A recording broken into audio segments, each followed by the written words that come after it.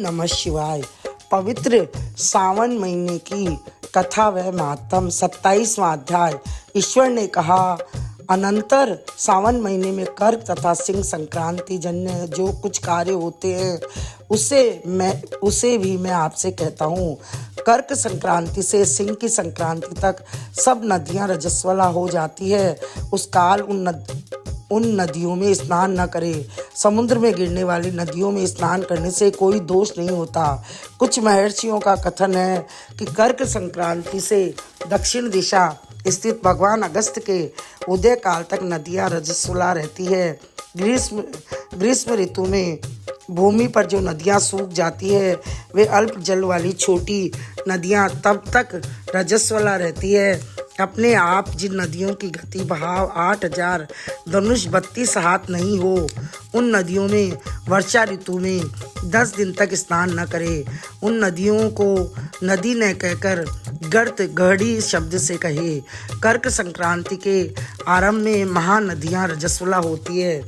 जैसे स्त्रियां 3 दिन तक अपवित्र रह चौथे दिन पवित्र हो जाती है, वैसे ही महानदियाँ भी 3 दिन अपवित्र रह चौथे दिन शुद्ध होती है। हे मुने, उनका वर्णन करूंगा, आप सावधान हो सुनो।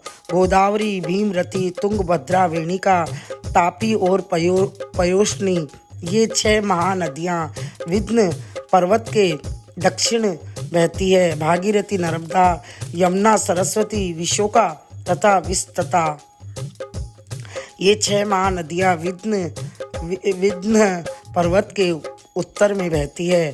12 महानदियाँ देव ऋषि क्षेत्र में से प्रादुर्भूत है। देविका, कावेरी, वंजरा और कृष्णा, ये 4 महानदियाँ कर्क संक्रांति हो जाने पर एक दिन रजस्वला होती है। कर्क संक्रांति के 3 दिन गौतमी नदी रजस्वला होती है। चंद्रभागा, सती, सिंधु, सरयू, गंगा, यमुना, प्लक्ष, जाला तथा सरस्वती, ये 9 नदियाँ एवं नद नाम से सुविख्यात शोण, सिंधु, हिरण्य, कोकिल, आहित, घरघर, शत्रद, ये 7 पवित्र रहते हैं। ये रजस्वला नहीं होती।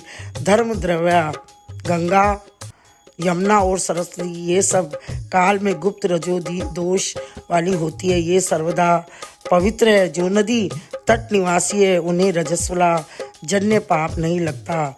रजो दुष्ट जल भी गंगा जल के मिलने से पवित्र हो जाता है। बोलिए शंकर भगवान की जय।